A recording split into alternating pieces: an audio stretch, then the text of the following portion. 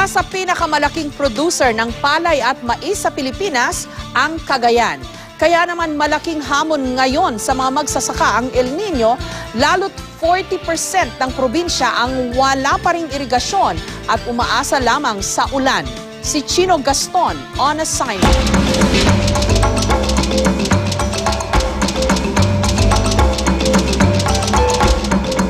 Mula sa ekta-ektaryang bukirin hanggang sa musika at sa pagkain. Hindi maikakailang malaking parte ng buhay ng mga Cagayanon ang agrikultura. Bakas ito sa kilingkingan ang katutubong sayaw ng mga ibanag na halaw sa galaw ng mga ibon. Maging sa isa sa paborito nilang pagkain, ang pansit batil patong na sinahugan ng laman ng kalabaw. Ito po yung tinatawag na batil. Ito po yung binatil na itlog na pwede pong isabaw dito sa pansit. Sa halagang 80 pesos, sulit na sulit ang pansit na may halong miki, itlog, cara beef, atay, chicharon, lechon kawali at embutido. Pero higit sa samot-saring Ricardo, freshly made ang miki. Meet Jonel, ang Mickey Man ng Tugigaraw. Ano-mano po ang paggawa namin ng Mickey dito sa Tugigaraw, kaya halata naman sa muscle, patak. Di lang sa pagkain, malaking bahagi rin ang mga kalabaw sa pagsasaka ng mga Cagayanon, lalo pat marami sa mga magsasaka rito walang sariling traktor at umaasa lang sa mga kalabaw o kuliglig. Mahirap kasi kailangan na ngayon wala yung power. Puro traktor ang magamit dito. Sana madagdagan yun. 3 lang yun eh. Kulang sa amin pa yun. Pero may mas mahirap na problema ang kinakaharap ang mga magsasaka ngayon, ang tumitinding El Nino.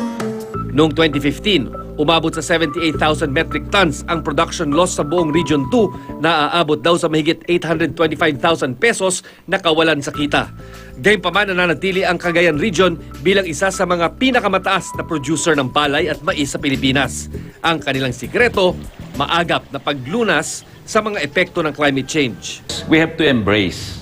When we say you have to embrace, we have to be well prepared of any eventualities given the situation.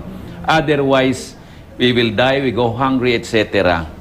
We will not be competitive with other countries.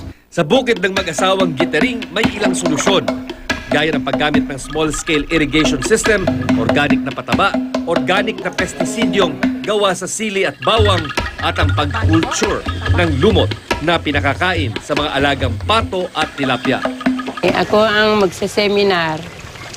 Pati hindi naman lahat ng sa bukid magawa ni Lakay. Di namang singpalad ni Juana si Marites na may 1 ektarya ng maisan. Wala kasi silang irigasyon, kaya sa ulan lang sila umaasa. Instead na October kami magtanim, mami, aabutin pa kami ng December, ma'am, kasi nag-aantay kami ng ulan, mami. Hindi naman kami pwede magtanim ng walang ulan, ma'am. Luging-lugi. Talagang mahirap na mahirap. Parang kung minsan nga may nangungutang muna kami. Ayon sa Department of Agriculture, aabot daw sa 40% ng Cagayan ang wala pang irigasyon, problemang prioridad ngayon ng probinsya. Kasama rin dyan ang pagbabahagi ng binhi ng Green Super Rice, isang klase ng binhi na madali raw patubuin kahit may El Nino. Malaking perwisyo ang dulot ng lumalalang climate change sa mga magsasaka ng Cagayan. Kung babaliwalain ang sektor ng agrikultura, malaking problema di lang sa kanilang probinsya, kundi sa buong bansa. Dahil ang katotohanan, kung wala silang aanihin, wala rin tayong kakainin. Ako si Chino Gaston at ito ang aking assignment.